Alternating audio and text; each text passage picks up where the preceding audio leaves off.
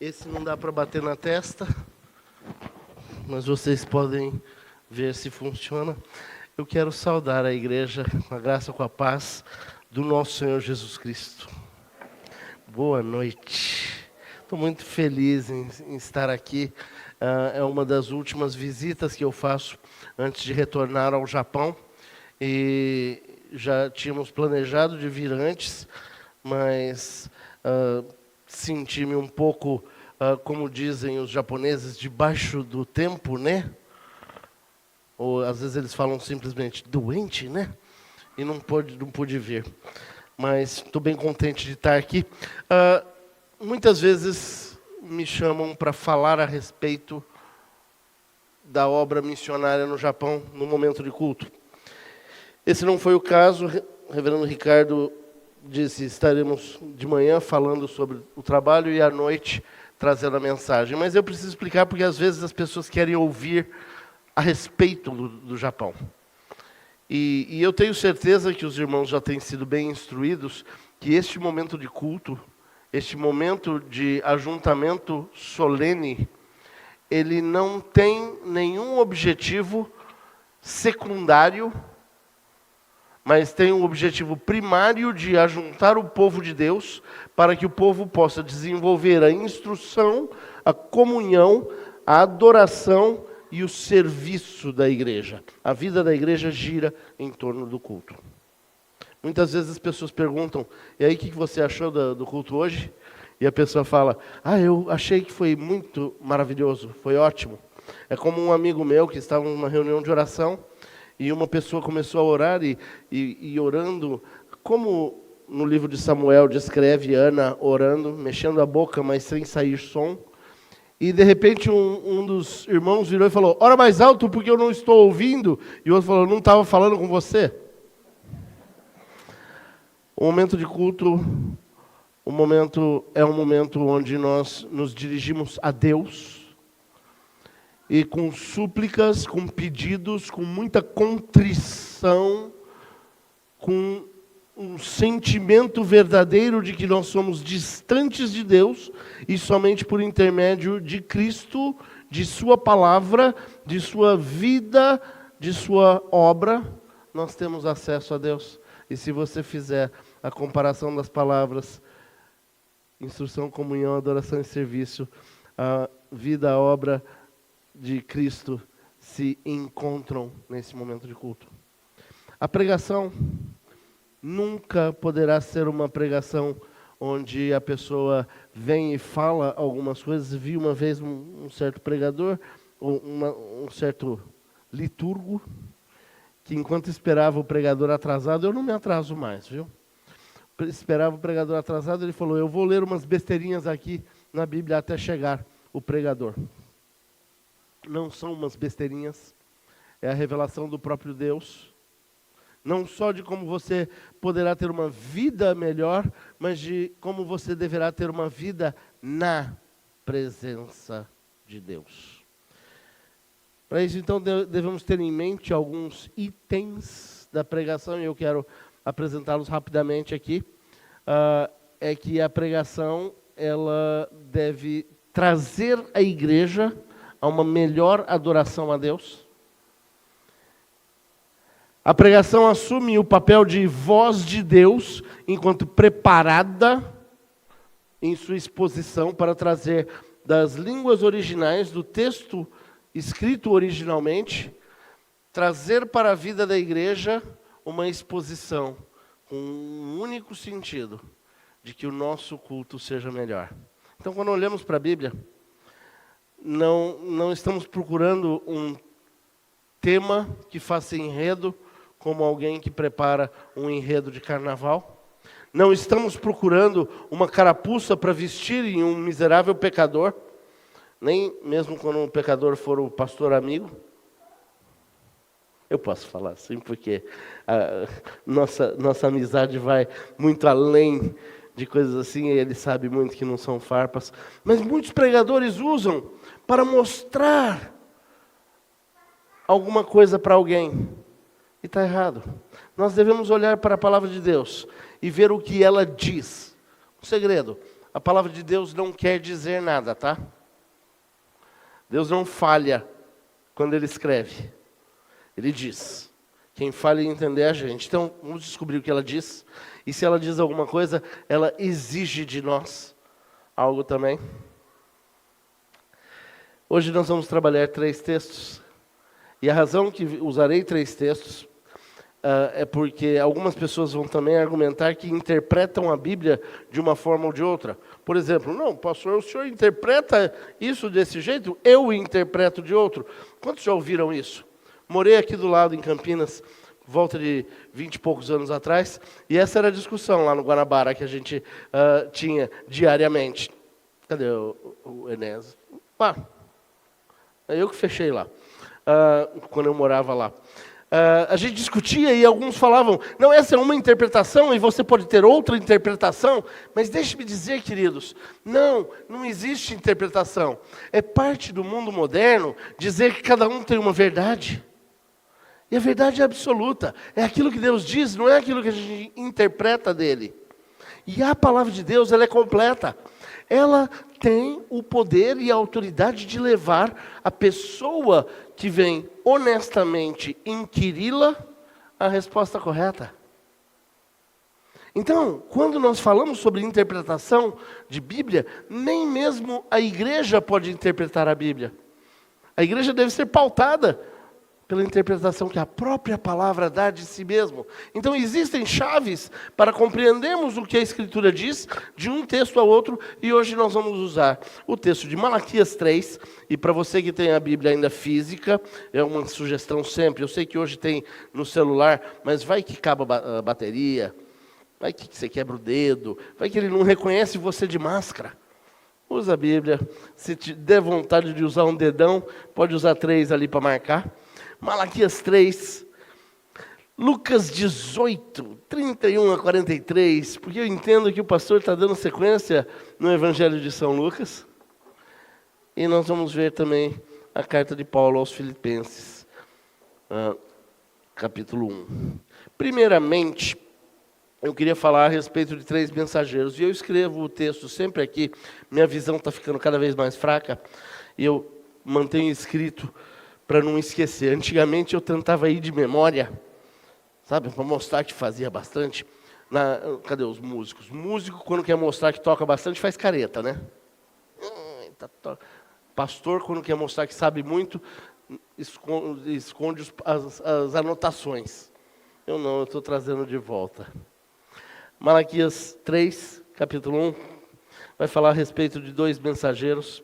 E se nós temos a palavra de Deus como não apenas uma mensagem para a nossa vida, se a transformação que nós temos de Jesus, se nós pudermos ver a glória de Deus e pudermos ver o nosso coração ser tocado por Deus, então devemos examinar também quem é o mensageiro dessa mensagem. E a Bíblia fala em Malaquias a respeito de 2 mensageiros que são apresentados. Malaquias capítulo 3, versículo 1 diz: eis que eu envio o meu mensageiro, que preparará o caminho diante de mim. De repente, virá ao seu templo o Senhor, a quem vós buscais, o anjo da aliança, a quem vós desejais. Eis que ele vem, diz o Senhor dos exércitos. Então, quando a gente olha para esse mensageiro citado aqui em Malaquias, não temos jeito de pensar em ninguém a não ser João Batista. Nós vamos ver lá em Mateus 11, Marcos 1, Lucas 7 também, que aplica essa promessa de Malaquias especificamente para João Batista. Mas no final do capítulo 2 de Malaquias, quando nós olhamos Israel reclamando que Deus parecia recompensar os iníquos e ele não exercia a sua justiça, me chamou a atenção de que muitas vezes eu olho e prefiro pensar que Deus está meio que dormindo. E eu acho que esse é um sentimento comum. Talvez você tenha sentido isso, de olhar para o Senhor e falar: por que tudo só dá errado comigo e só dá certo com os outros? Estou doido para conhecer os outros. Hoje eu perguntei para o pastor Ricardo se ele conhecia o Zoto. É que eu vi escrito lá, é proibido jogar lixo na frente da casa do Zoto. E esse Zoto, às vezes, ele não está sendo punido quando ele deveria receber a justa paga por sua impiedade. Meus queridos, enquanto o bebê chora, nós louvamos a Deus porque ele tem fôlego para chorar. Ai, que belezinha! E a igreja ama a família e ama as crianças. Aguentem o choro, porque às vezes o nosso choro pode também doer nos outros. Deus abençoe, querida. Mas o que chama atenção aqui é que Malaquias vem e faz uma promessa de que virá alguém para preparar o caminho do Senhor para um povo que está reclamando que o Senhor não faz nada. Que o Senhor Deus não fazia nada. E aí ele fala, olha, ele preparará o caminho diante de mim. E essa era uma referência como a uma procissão real. Quando havia uma procissão, uma cavalgada real, sempre ia alguém na frente para anunciar. Sabe, lá nos Estados Unidos, uma região onde eu morei, descobri que tinha uma lei que qualquer veículo que fosse automotivo e andasse a mais de 20 km por hora, era obrigatório que alguém fosse a cavalo na frente avisando que vinha um carro mais rápido atrás. Aqui, a ideia que o povo teve enquanto Malaquias falava é que, olha, não vai tardar. Antes de vir a cavalaria para o nosso resgate, antes de vir o Senhor com toda a tua força, com toda a realeza para resolver o problema da iniquidade, virá alguém para preparar o caminho. Então é uma promessa. É uma promessa que deve nos apaziguar o coração e deve nos lembrar, nos levar a um conhecimento melhor daquilo que o Senhor fala. Para introduzirmos hoje os instrumentos para que a gente possa reconhecer verdadeiramente quem Deus é, precisamos ver em algumas coisas. Pela manhã, eu contei uma história de quando meu pai conheceu minha mãe. Meu pai tinha 21, minha mãe tinha 17, começaram a namorar. Ela, norte-americana, voltou para os Estados Unidos. E para quem ouviu a história, ouve de novo, porque é boa a beça. Quem não ouviu, faz... Nesse tempo de um ano que eles ficaram distantes, papai tinha uma fotografia da mãe. Eu sei que alguns de vocês não vão lembrar o que é fotografia, mas é uma impressão, as imagens que tem no celular, a gente mandava imprimir, tá? Era um processo todo de foto, revelação. Você lembra do Disque Revelação? O rapaz inventou de comprar uma moto, levar filme para revelar, ligavam para ele e falavam, o que você tem para mim hoje? Confundiam as coisas.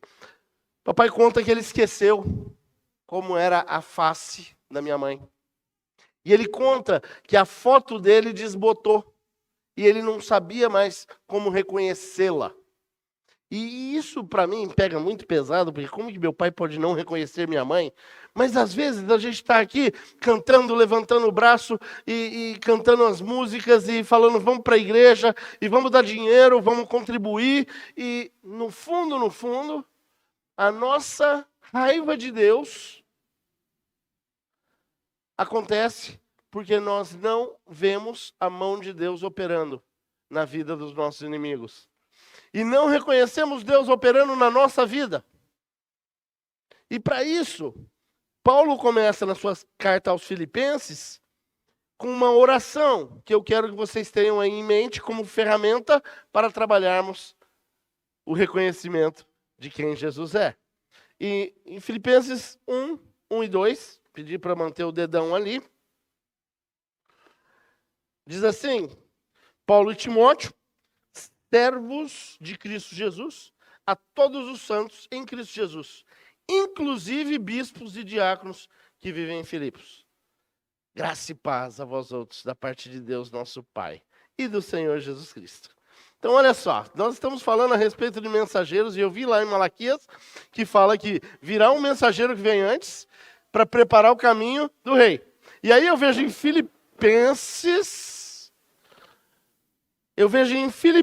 uma saudação de Paulo que fala, olha, aqui a minha saudação são de 2 mensageiros também.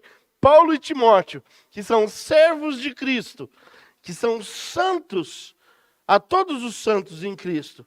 E aí ele inclui até mesmo, incluindo bispos, diáconos que vivem em Filipos. Então, quando nós olhamos para todas essas questões, eu vejo que a recomendação de Paulo para que nós tenhamos graça e a recomendação de Paulo para que nós tenhamos paz deve ser melhor compreendida e reconhecida do que aquilo que a gente tem visto hoje em dia. Hoje em dia temos um idioma chamado evangeliquez. E é aquele que a gente passa na rua e fala: paz do Senhor, bom dia, irmão. Agora estão chamando o homem de varão, né? Não tem todo um trâmite desse? E às vezes eu fico perdido, eu não me reconheço dessas coisas. Tem também uma história de graça. Minha tia, aqui na pequena e pacata cidade de Araras, anos 50, um homem chegou para ela, daqueles que treinam a andar que nem galinha, sabe? Fazendo assim. Chegou para ela e falou: qual é a tua graça? E ela virou e falou: eu não fiz graça nenhuma. E hoje, se a gente fala de graça um para o outro, vão pensar que é aquele pastor com nariz de palhaço fazendo graça. Não! Nós não temos reconhecido o que é graça, não temos reconhecido o que é paz, não porque a foto se esvaiu, mas porque em nossa mente não guardamos uma aliança. Olha, Paulo fala a todos os santos em Cristo Jesus, e se você é santo em Cristo Jesus, você deve ter graça e paz. Pastor, mas de santo eu não tenho muito, não. Oh, meu irmão, santidade não é o que você faz ou deixa de fazer. Santidade não é a pureza do sacrifício que você conseguiu. Santidade não é você ficar olhando e pensando como fulano é melhor do que eu. Santidade é você olhar para Cristo e dizer: eu não tenho nem condições de lutar contra o meu pecado. Mas eu creio, Senhor, nessa promessa, porque vitória eu já tive em lutas. Eu creio, Senhor, que o teu filho é o Cordeiro de Deus que tira o pecado da minha vida. E eu creio nessa graça dele, por isso eu posso ter paz. Nós estamos vivendo uma vida de ira e uma vida de rebeldia contra Deus, porque estamos habitando em Malaquias 2, olhando o ímpio se dar bem e pensando por que é que eu sempre levo a pior. Por que os outros é melhor do que eu? Paulo fala para todos os santos, ou seja, a mensagem de hoje é uma mensagem para você. Você cantou que queria ser tocado pelo amor de Deus. E hoje eu te prometo que abrindo o coração, a palavra do Senhor, diz aqui a promessa de Paulo, a indicação de Paulo, para os bispos, e no sentido geral, isso é para aqueles que têm responsabilidade de liderança, e ele fala, e aos diáconos. E a gente imagina o diácono é o porteiro que fica lá fora, cuidando dos carros. Não, o diácono é o servo. Paulo está dizendo que a igreja deve ser cheia e repleta da graça e da paz do Senhor. E aí então, para que nós possamos sair daqui nessa noite, compreendendo a mensagem de Deus, e quem é o mensageiro de Deus, a primeira coisa que precisa ser vista é que há uma mensagem de graça na purificação. Quem quiser anotar, pode anotar. Há uma mensagem de graça na purificação, primeira coisa. Voltamos lá para Malaquias 3, 2 a 5. Diz assim, mas quem poderá suportar o dia de sua vinda e quem poderá subsistir quando ele aparecer? Porque ele é como fogo do ourives e como a potassa dos lavandeiros. Assentar-se-á como derretedor e purificador de prata. Purificará os filhos de Levi e os refinará como ouro e como prata. Eles trarão ao Senhor justas ofertas. Então a oferta de Judá e de Jerusalém será agradável ao Senhor. como nos dias antigos, como nos primeiros anos. Chegar-me-ei a vós outros para juízo. Serei testemunha veloz contra os feiticeiros, e contra os adúlteros, e contra os que juram falsamente, e contra os que defraudam o salário do jornaleiro, e oprimem a viúva e o órfão, e torcem o direito do estrangeiro, e não me temem, diz o Senhor dos Exércitos. E eu fico pensando aqui, quando vejo esse texto, no que ele significava em seu local remoto. Malaquias estava escrevendo para uma nação dividida. Uma nação que havia esquecido a lei do Senhor e mantinha os rituais. O governo do sul mantinha o ritual e o governo do norte mantinha o ritual. Jerusalém tinha o templo do Senhor e Judá dizia adorar ao Senhor no Santo Monte. Tem água caindo aqui, pela graça de Deus. Malaquias vem e explica que aquele sentimento de injustiça palpável, sentido, aquele sentimento de quando você vai na padaria e te dão o troco errado. Já aconteceu isso com você? Aquele sentimento de quando você passa o cartão e pega o recibo e você olha que tem 3 zeros a mais no recibo. O sentimento de que você foi usurpado. O sentimento de que você foi traído. Às vezes o sentimento de você olhar para trás do seu casamento e falar, eu podia ter escolhido a fulana. Ou o cicrano teria dado um marido muito melhor. E eu não quero ver ninguém desabraçar os irmãos aí. Mas esse sentimento era o sentimento disposto ali para Malaquias da insatisfação do Senhor. Em ver que eles tentavam uma adoração, eles tentavam uma forma de agradar a Deus, tentavam uma forma de religião, mas não conseguiam. Quem pode suportar o dia dessa vinda? E ele começa, vai arrasar com tudo. E às vezes nós temos um temor desse momento de purificação. É o temor que às vezes temos do mertiolate ou da água oxigenada, ou o temor de tirar a farpa do dedo, sem compreendermos que o mero problema está ali naquele machucado. É como alguém que deseja chegar no mecânico e falar, eu queria que você apagasse a luzinha do motor, porque a luzinha do motor está me incomodando. E ele fala, põe óleo. Não, não quero pôr óleo. Pôr óleo foi o que o pastor falou para eu fazer. Eu quero tirar a luzinha. E às vezes nós queremos tirar a luz do Senhor, que vem brilhar em nós, e não para que vejamos a glória do Senhor, mas para que essa glória nos humilhe, e essa glória nos faça olhar para Jesus, e pedir que a luz de Cristo ilumine, e que o Espírito dele retire o pecado de nós. Essa purificação dos filhos de Levi é descrita em Malaquias.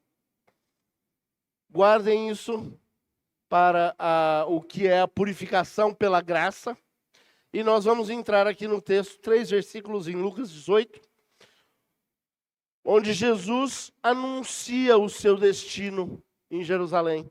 E aí essa proximidade, que a forma que Jesus anuncia o destino dele em Jerusalém, é a mesma forma da descrição de Malaquias sobre como será a nossa purificação.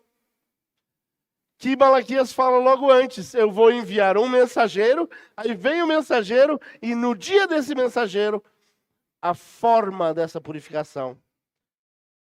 Diz assim, tomando consigo os 12, disse-lhes Jesus, eis que subimos para Jerusalém, e vai cumprir-se ali tudo quanto está escrito. É como se Jesus falasse, aquilo que Malaquias escreveu, é o que vai se cumprir agora. Por intermédio dos profetas no tocante ao Filho do Homem, pois será ele entregue aos gentios. escarnecido, ultrajado e cuspido. E depois de o açoitarem, tirar-lhe-ão a vida, mas ao terceiro dia ressuscitará. Eles, porém, nada compreenderam acerca dessas coisas. E o sentido dessas palavras era encoberto, de sorte que não percebiam o que eles diziam. Então, uma das coisas que nós devemos entender de qual é a mensagem do Senhor, quem é o mensageiro do Senhor, o primeiro que vem e o segundo que vem, é que a forma da nossa purificação, embora ela seja sofrida, ela é um momento de graça de Deus. E não existe pastor inteligente, mestre, PhD, doutor, cômico. Não existe forma de uns são e outros não, que vá convencer o teu coração de mudar a tua atitude na vida. Pois isso é uma obra do Espírito Santo. E essa purificação de convencimento, de preparo do caminho, é feita pelo Espírito Santo de Deus na obra da igreja. E se hoje está popular aquela frase, estou longe da igreja, mas não longe de Deus, faz que nem a cantora, joga fora no lixo, dá um chute, porque essa frase está mais errada do que qualquer coisa. Não existe jeito de estarmos próximos de Deus se não estivermos debaixo da graça de todos os bispos, diáconos e todos os santos da igreja. A graça da purificação que acontece em Cristo, ela é anunciada aqui. Ela é anunciada no sofrimento.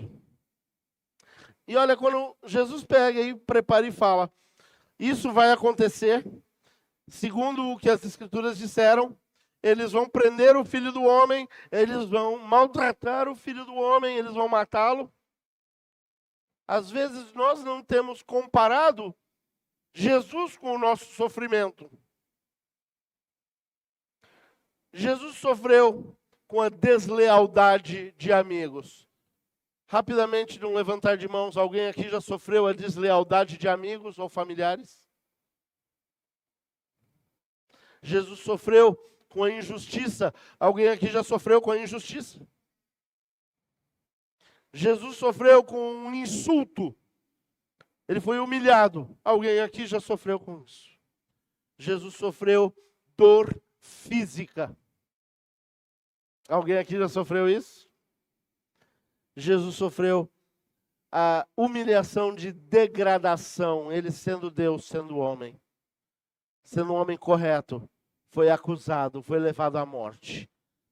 E às vezes a gente não está olhando para o que Deus faz na nossa vida. A gente está olhando para o que os outros não estão sofrendo. Mas o que vai acontecer com ele? E essa palavra do Senhor aos seus discípulos, essa carta de Paulo à igreja, essa profecia de Malaquias, ela vem dizer que nós devemos ter uma ação de graças pelo nosso convívio. Olha o que Paulo diz. Dou graças, Filipenses 1, 3-6.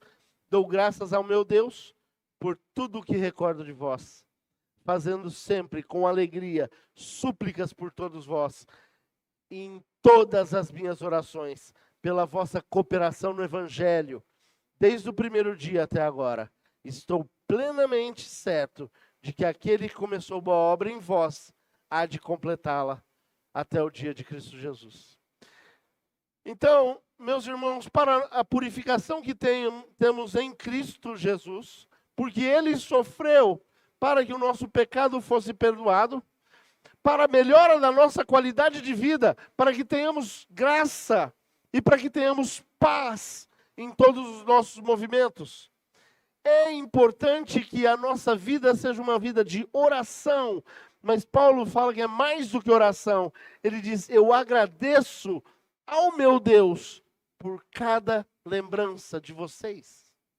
O caminho da purificação é um caminho da graça de Deus, onde nós somos gratos à lembrança dos irmãos. É como se Paulo e Silas um dia se encontrassem e falassem, lembra aquele dia que a gente apanhou na cadeia juntos? E Paulo falava, talvez eu achei que você ia desmaiar quando aquele centurião te deu um murro. Ele falou, que nada, aqui é Osasco. Como se ele falasse isso. Nós deveríamos perceber a graça de Deus, que nossa vida tem sido, na presença dele, uma oportunidade para purificação. E devemos sempre lembrar em pedido a Deus. Qual é o pedido? Pela sua comunhão no Evangelho. Então, no final da noite, eu quero que gravem. Graça de purificação, Evangelho e comunhão. A igreja deve exercitar isso, uns cuidando sim da vida dos outros, e não dos outros, deixa os outros para lá. Mas cuidem de si mesmo, para que a graça, o agradecimento, para que o amor cresça no meio de todos nós. E a crença de que a boa obra iniciada seria completada em cada um. A segunda coisa que devemos ter em mente, para reconhecermos o mensageiro de Deus, o primeiro mensageiro e o segundo. O primeiro sendo Cristo, porque ele pavimentou o caminho, percebem, antes da profecia, ele teria um primeiro e depois ele. Hoje, depois da profecia, nós vemos a Cristo e um segundo mensageiro, a igreja. É que há uma eternidade na mensagem da purificação. Guarda bem isso, há uma eternidade na mensagem da purificação. Versículos 6 e 7, Malaquias 3. Porque eu sou o Senhor, eu não mudo. Por isso, vós, ó filhos de Jacó, não sois consumidos, desde os dias de vossos pais. Vos desviastes dos meus estatutos e não os guardastes. Tornai-vos para mim, e eu me tornarei para vós outros, diz o Senhor dos Exércitos. Mas vós dizeis, em que havemos de tornar? É constante, não adianta uma purificação por dia, uma por mês. É só a Santa Ceia no final do mês, eu peço perdão, eu vou confessar, passo cinza na cabeça. Não! Ele está dizendo, eu sou o Senhor e eu não mudo. E é porque eu não mudo que vocês não são consumidos. Não é por vocês não, é pelo meu amor. Mas, no entanto, desde o tempo dos seus pais, vocês vêm desobedecendo. E interessante que o pessoal pergunta, eu não estou entendendo. Onde que eu estou desobedecendo? Não fiz nada de mal. Aliás, fiz até de bem, né? Sabe, às vezes, o pessoal diz que o pior cego é aquele que não... Não, o pior cego é o que dirige carro. Pensa na maldade, o cara não enxerga ninguém, sai dirigindo. O pior cego é aquele que tenta fazer alguma coisa. Os piores cegos somos nós, que somos acusados pelo Espírito de Deus, convencidos do pecado, somos convencidos da justiça, somos convencidos do juízo, e ainda assim, somos tão fracos. É como quem olha num buraco e fala, eu vou cair de novo. E pisa no buraco. A nossa vida tem sido assim. E nós temos uma cegueira espiritual ao que Lucas escreve e descreve. Não apenas descrevendo aquele momento do encontro do cego de Jericó, mas descrevendo a nossa cegueira. Vejam o versículo 35 ao 39 de Lucas 18. Aconteceu que ao aproximar-se ele de Jericó, estava um cego assentado à beira do caminho, pedindo esmolas. e ouvindo o tropel da multidão que passava, perguntou o que era aquilo. Anunciaram-lhe que passava Jesus, o Nazareno. Então ele clamou: Filho de Davi, Jesus, tem compaixão de mim. E os que iam na frente o repreendiam para que se calasse. Ele, porém, cada vez gritava mais: Filho de Davi, tem misericórdia de mim. Note que enquanto nós falamos em Malaquias sobre dois mensageiros, enquanto Paulo fala aos filipenses dele e Timóteo como mensageiros de Deus, aqueles que iam com Jesus, que foram reconhecidos por um cego, eram os que tentavam tirá-lo do caminho. Quantas vezes nós, que somos os discípulos de Jesus, que deveríamos estar trazendo aqueles que não têm graça, e tem muita gente sem graça por aí, e aqueles que não têm paz para Jesus, mas a nossa mão fala: fica quieto e saia do caminho, pois Jesus o Nazareno está passando. Quantas vezes a igreja que deveria ser a mensageira mor da graça e da paz de Jesus está fazendo o papel oposto? Mas ele se aproximando ali, ele chamou mais alto, diz a Escritura. E tem aqui uma noção, quando a gente lê na linguagem que foi escrita, mais específico ainda, em alguns manuscritos, onde existe uma diferença das duas palavras gritou e gritou. Quando no português é a mesma coisa, gritou e mais uma vez gritou. Nós temos aqui que o grito de Lucas 18:38 é um grito alto e comum para chamar a atenção. O grito usado no versículo 39 é um grito que indica um desespero do cego. Não só um, oh, estou aqui, mas um, oh, pelo amor de Deus, eu estou aqui. Olha para mim. E muitas vezes nós temos olhado para um evangelho falsificado, para um Jesus falsificado, para uma ideia que a gente constrói dele, e já esquecemos qual é a face de Jesus. Quando a face de Jesus é que ele sofreu por nós, e ele nos chama à santidade de vida, não pelo nosso próprio mérito, mas por sua força. Eu costumo dizer para os meus alunos, eu dou aula de Antigo Testamento em algumas faculdades teológicas, e eu costumo dizer, olha, lá em Levítico, quando diz assim, sede santos porque eu sou santo. Eu tenho um filho de um amigo meu que é São Paulino, e ele detesta quando eu chego e cito esse texto na casa dele, eu falo, você precisa torcer para os santos. E algumas pessoas até confundem isso por verdade. Mas Jesus não faz um convite dizendo, por favor, seja santo, tá? Seja santa. Pastor, seja mais santo. E quando não tiver mais nada para falar, junta a mão assim e fala, tem que santificar. Não tem jeito de você ser santo, a não ser por Cristo. E aí ele diz, você vai ser santo, porque eu sou santo. E essa é uma garantia que nós temos, que não existe nem morte, nem vida, nem nada que nos separe do amor de Deus em Cristo. Basta que sejamos como o cego e digamos a Cristo, Jesus, filho de Davi, eu reconheço quem o Senhor é. Eu reconheço quem o Senhor é na história. Tem misericórdia de mim. Olha para mim. Filipenses 1:7-8 vai dizer assim, aliás, é justo que eu assim pense de todos vós, porque vos trago no coração, seja nas minhas algemas, seja na defesa e confirmação do Evangelho, pois todos sois participantes da graça comigo. Pois minha testemunha é Deus de saudade que tenho de todos vós, nas ternas misericórdias de Cristo Jesus. Paulo está indo um passo além e dizendo que o compromisso de lembrar pessoalmente de cada um é esse que garante que mesmo nas tribulações nós saibamos da graça e da paz de Deus em nosso meio.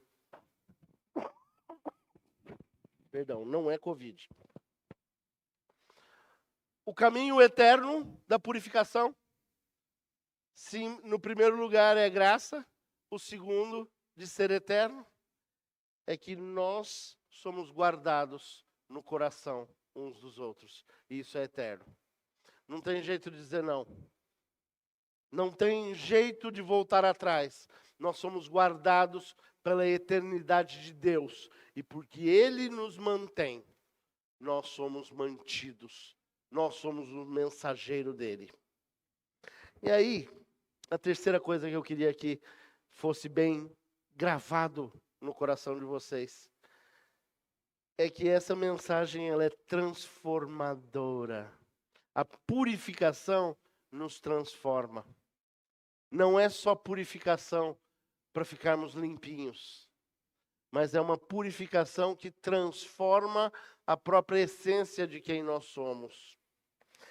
Malaquias 3, 8 a 12, é um trecho que tem sido usado de uma forma bastante marota, por dois lados. Pelo lado de quem gosta de dinheiro e não quer dar o dinheiro na igreja, e pelo lado de quem gosta muito do dinheiro dos outros na igreja. Então, às vezes o pessoal olha isso e tira um texto fora do seu contexto. Olha, eu gosto muito de um sistema que me falaram de 3 religiosas que dividiam as esmolas. Elas usavam a metodologia do bambolê. Quem lembra do bambolê? Aquele brinquedo. Isso, você faz bem. Já usou bastante. Elas usavam um bambolê jogando no chão. O dinheiro das esmolas que recebia era jogado para o alto. O que caísse dentro do bambolê era para a vida pessoal de cada uma. O que caía fora era para a vida da caridade.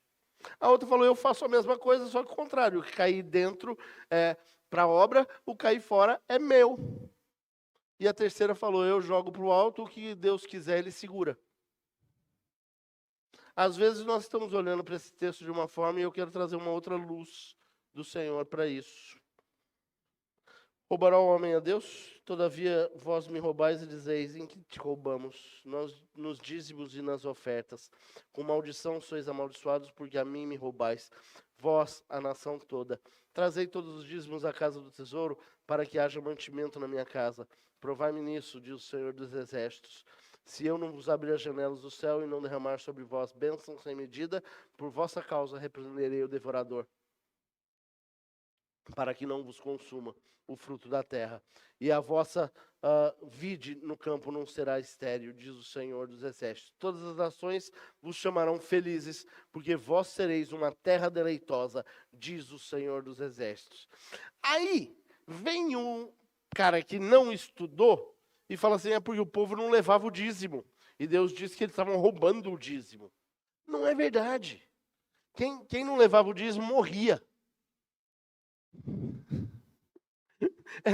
Tinha de ser levado. Era cobrado. Não tinha opção, eu não vou levar. O temor era tanto que Ananias e Safira, lá no livro de Atos, quando tentaram dar uma burlada no pastor Pedro, eles caíram mortos. No, Pedro o apóstolo. Estou parafraseando. A ideia aqui é que eles estavam fazendo os rituais de uma forma mecânica. Do tipo assim como a gente batiza neném e toma Santa Ceia. E da forma que nós ouvimos a palavra de Deus e não somos modificados por ela, mas tornamos a palavra um objeto do nosso julgamento. Mesmo quando é demonstrado. E a gente disfarça isso. Cheguei para um amigo meu, mostrei para ele, não era o pastor Ricardo não, era um outro, eram os outros. Eu mostrei para ele que a Bíblia dizia que ele devia fazer o contrário. Sabe o que ele falou para mim? Eu vou orar a respeito. E não parece uma resposta honesta? Eu queria dar um carinho assim nele. Porque se a palavra de Deus nos aponta algo que tem que mudar, eu não tenho mais que orar. Ele diz que a oração para e eu falo, sim, Senhor, eu me submeto. E não tem jeito da gente olhar e pensar de uma forma ou de outra. É impressionante porque nós somos levados a pensar que nós é quem controlamos a Deus. Eu vou dar oferta, eu vou dar o dízimo se a igreja me agradar. Se o pastor estiver indo bem, o dízimo vai bem. E muitos pastores olham e falam assim, não, a igreja está indo muito bem. Olha como cresceu. E nós até estamos mais ricos, podemos até ajudar a igreja do Japão. E aí eu falaria, não, obrigado. Porque essas coisas não são a base do crescimento. A transformação verdadeira vem na purificação. Quando você olha para Cristo, e você tem tanto amor por Cristo, que você é transformado de dentro para fora e também de fora para dentro. Onde você é levado a pecar menos. Onde você é levado a confessar. E olha que a Bíblia não diz, não tem lugar nenhum que diz, se você pecou contra seu irmão, vai lá e pede perdão. Diz o contrário. Se o teu irmão pecou contra ti, Jesus disse o quê? Vai e argui. Vai e confronta. E se ele se arrepender, ganhou um irmão. Se ele não se arrepender, chama os presbíteros, chama o pastor. Mas muitas vezes a gente está esperando, eu só vou perdoar quando ele vier me pedir perdão. Só volto a dar dízimo quando o pastor me pedir perdão. E a Bíblia não manda pedir perdão, manda perdoar. Essa confusão aqui em Malaquias, dizendo, olha, no que roubeis? Essa mera pergunta, eles estavam falando, gente, eu estou continuando dando a dízima de toda a minha carne, de todos os meus cereais. Eu ainda dou dinheiro para o sacerdote. No que a gente está roubando? E às vezes nós temos roubado ao Senhor por fazer os rituais como se eles fossem meros rituais. Alguém que sacrificasse um bode só pelo sangue do bode não conseguia ver a Cristo.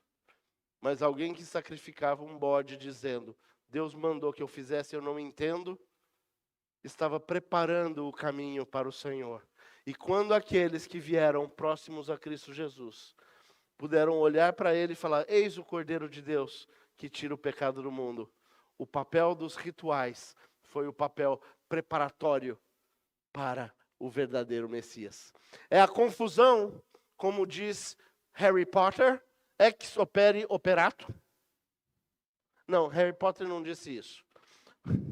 Ex opere operato é uma expressão latina que diz, a coisa significada é mais importante do que a coisa significante. Vou dar uma explicação. Senhores, quem perder a aliança, pode comprar outra, porque a aliança verdadeira está no coração. Não percam, tá?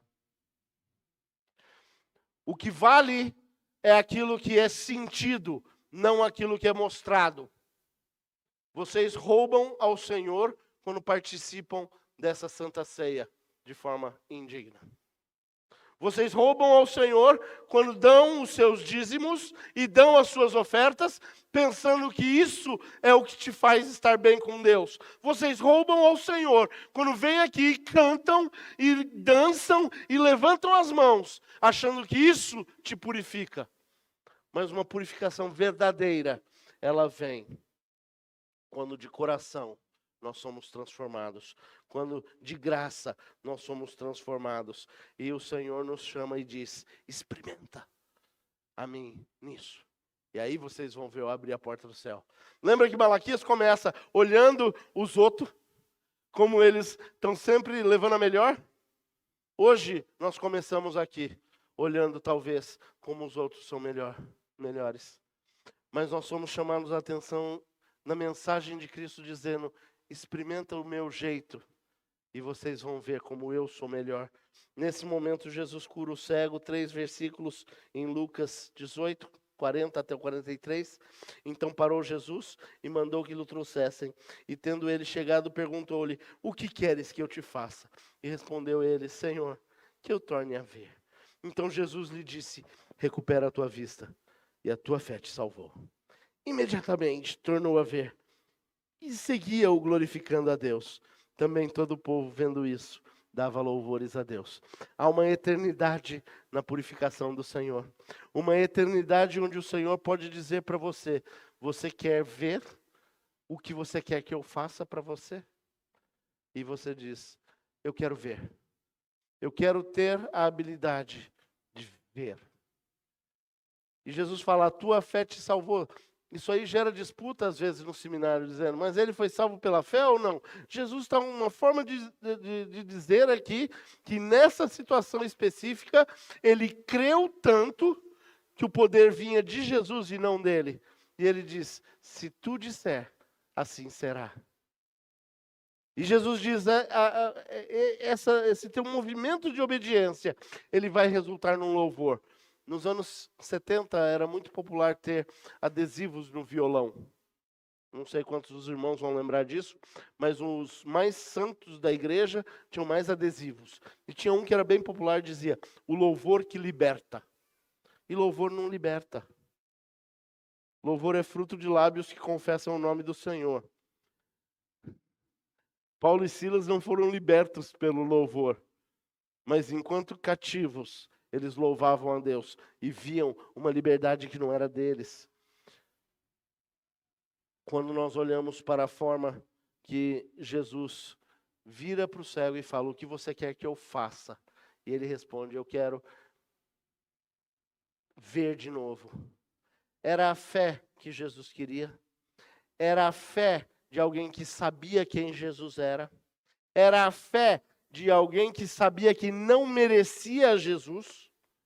Era a fé que sabia que Jesus podia fazer o que ele quisesse. Era a fé de chamar Jesus de Senhor. Era a fé de reconhecer quem ele era. Muitas vezes a igreja está cegada. E aí que fica a pior maldade. Cego querendo dirigir.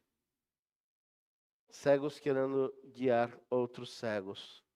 Às vezes na nossa família nós temos problemas, filhos rebeldes, maridos maus, esposas piores ainda, ou maridos piores ainda, pais opressores, e a lista continua. Quando o nosso chamado como igreja, um chamado de purificação, e se você deseja isso a partir de hoje, você tem. O Senhor diz para você, experimenta e veja como eu sou bom. Experimenta uma mudança e uma purificação que vem da graça. Uma purificação que vem eternamente. Uma purificação que transforma a sua vida de uma vez por todas. Paulo, orando pelos filipenses, no versículo 9 até o 11, diz, e também faço essa oração, que vosso amor aumente mais e mais, em pleno conhecimento e toda percepção, para aprovardes as coisas excelentes. Olha só, a gente vai poder dizer aquilo que é bom ou não. Não vai ter alguém dizendo